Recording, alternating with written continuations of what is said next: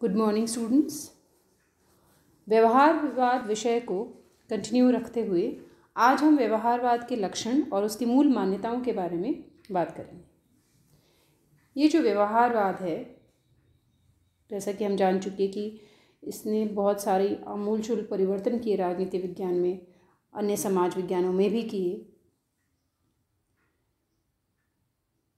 इस व्यवहारवाद की वादी मानते हैं कि अध्ययन की जो इकाई है, कि जिस बिंदु का, जिस यूनिट की स्टडी करनी है, वो बहुत बड़ी ना होकर छोटी होनी चाहिए। व्यवहारवादी दृष्टिकोण छोटे छोटे विषयों के गंभीर अध्ययन और विश्लेषण को प्राथमिकता देता है। पहला जो लक्षण है वो ये है कि अध्ययन की इकाई छोटी होनी चाहिए, बड़ी ना होकर छोटी हो, लघु हो। जो दूसरा पॉइंट है, जो दूसरा लक्षण है, वो है कि व्यक्ति समूह के व्यवहार का अध्ययन। व्यवहारवादियों की मान्यता है कि व्यक्ति के समूहों के राजनीतिक व्यवहार का अध्ययन किया जाना है, वही उपयुक्त है, क्योंकि एकांगी संस्थागत अध्ययन अपर्याप्त और एवं असंतोषजनक बना रहेगा, वो काफ़ी नहीं होगा। इसलिए व्यक्ति के व्यवहार का अध्ययन आवश्यक है, क्योंकि हम जानते हैं कि संस्थाओं की जो कार्य प्रक्रिया है, जिस तरह से कोई संस्था चलती है, उसका जो निर्णायक तत्व है, उसकी जो डिसीजन मेकिंग बॉडी है, वो व्यक्ति है। किसी संस्था को व्यक्ति और व्यक्तियों का समूह और उसमें भी उनका जो व्यवहार है, जो परिलक्षित होता है रोज़मर्रा उनकी काम में, वो व्यवहार ही तय करता है कि कोई संस्था, कोई इंस्टीट्यूशन किस प्रकार चलती है। तो संस्थाओं में कार्य करने वाले, संस्थाओं से जुड़े हुए व्यक्तियों के समूहों के व्यवहार का अध्ययन करना व्यवहारवाद है। संस्था के अंदर व्यक्ति व्यवहार और समूह व्यवहार के अध्ययन के लिए व्यवहारवाद राजनीतिक नेता के कार्य, भूमिका, पात्रत्व, अभिजन का प्रभाव, विधायिका के सदस्य की अपनी भूमिका बोध आदि के अध्ययन पर बल देता है। जो थर्ड लक्षण है या मान्यता है, वो है अध्ययन एवं शोध सिद्धांत निर्माण से प्रेरित। अब जैसे कि इस वाक्य से ही क्लियर हो रहा है कि अध्ययन और शोध, जो भी रिसर्च किया जाए, जो भी स्टडी की जाए, जो भी पठन पाठन हो, वो इस दिशा में प्रयत्न हो कि उससे कोई सिद्धांत का निर्माण किया जा सके, किसी प्रिंसिपल तक पहुंच सके। सिद्धांत निर्माण सर्वोच्च स्तर का समय एवं व्यापक सामान्यीकरण के अनुरूप होना चाहिए, जिसमें कार्य कारण का संबंध स्थापित किया जा सके। तो ये जो व्यवहारवाद की ये जो लक्षण है, वो उसे पॉलिटिकल साइंस को साइंस बनाने की ओर ले जाती है। वो ये कहती है कि आपके जो अध्ययन है वो इस प्रकार के हो जिससे कि कार्य और कारण का संबंध स्थापित किया जा सके और उससे किसी सिद्धांत, किसी थियोरी का निर्माण किया जा सके, किसी प्रिंसिपल का निर्माण किया जा सके। इसमें तथ्यों की खोज और उनकी व्याख्या एक सिद्धांत के अंतर्गत करते हैं। For example Catlin, Charles Merriam, Lasswell, इन सब ने अध्ययन किए और उन्होंने अपनी स्टडीज़ प्रस्तुत की। उसके तुरंत बाद हर्बर्ट साइमन ने अनुसंधान में अनुभवाश्रित सांख्यिकीय तकनीक के साथ सिद्धांत की आवश्यकता का समर्थन किया था। ये सारे थिंकर्स ये कहते हैं कि जो भी अध्ययन हो वो अनुभव पर आधारित हो, एम्पिरिकल हो, तथ्यों पर आधारित हो, और उन तथ्यों का अध्ययन इस तरह से करना चाहिए। सिर्फ डेटा कलेक्ट करना अध्ययन नहीं होता, इस प्रकार का डेटा लिया जाए, इस तरह से एनालिसिस किया जाए कि जिससे कार्य कारण स्थापित हो सके।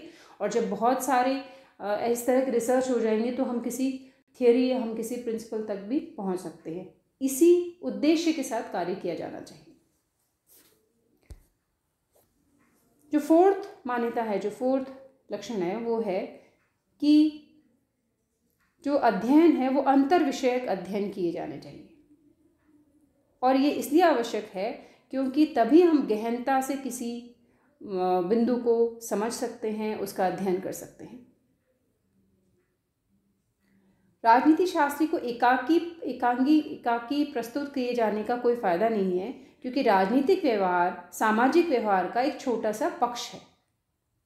समाज में जो अन्य पहलू हैं, समाज में रहते हुए प्राणी के, व्यक्ति के जो और पहलू हैं, वो सारे पहलू, सारे पक्ष राजनीतिक व्यवहार को प्रभावित करते हैं। इसीलिए आवश्यक है कि राजनीतिक व्यवहार की व्याख्या में सभी सामाजिक पहलुओं को शामिल किया जाए, और जब हम दूसरे सामाजिक पहलुओं को शामिल करना चाहेंगे तो उन सामाजिक पहलुओं से जुड़े हुए विषयों का ज्ञान भी उतना ही आवश्यक हो जाता है। संक्षेप में, व्यवहारवाद अंतःशास्त्रीय समाकलन में विश्वास रखता है, और इसके लिए अध्ययन या शोध करते समय व्यवहारवादी किसी विशेष शास्त्र की सीमा का उल्लंघन करने से नहीं डरता। डिसिप्लिन में बंध के रहना कि ये हमारे विषय का सब्जेक्ट नहीं है, या इससे हमारा कोई सरोकार नहीं है, इस एटीट्यूड के साथ पॉलिटिकल साइंस तरक्की नहीं कर सकता, ऐसा व्यवहारवादी मानते हैं। लेकिन ये भी नहीं कि इसका ये अर्थ भी नहीं है कि वो अपने शास्त्र को अन्य शास्त्र का उपशास्त्र उपविषय के रूप में स्वीकार करने को तैयार हो जाएगा। अगर पॉलिटिकल साइंटिस्ट पॉलिटिकल साइंस को रिच करना चाह रहा है, उसे समृद्ध करना चाह रहा है, दूसरे विषयों को पढ़कर उसकी तकनीकों को, उनकी प्रयोग शब्दावली को भी अगर ले रहा है, अगर अवधारणाओं को भी ले रहा है, तो उसका ये अर्थ नहीं है कि वो साइंटिस्ट पॉलिटिकल साइंस को उस दूसरी विषय की उपशाखा के रूप में स्वीकार करने को तैयार हो जाएंगे। वो उन विषयों का प्रयोग उस हद तक करेंगे जहाँ तक उस पॉलिटिकल साइंस को समझने में, राजनीति विज्ञान को समृद्ध करने में सहायता मिलती है, सिर्फ वहीं तक। जो 5वां लक्षण है वो मूल्य निरपेक्ष अध्ययन। हम पहले भी व्यवहारवाद में ये बात कह चुके हैं, और आधुनिक राजनीति विज्ञान का भी बहुत बड़ी पहचान है कि वो मूल्य निरपेक्ष अध्ययन पर बल देता है।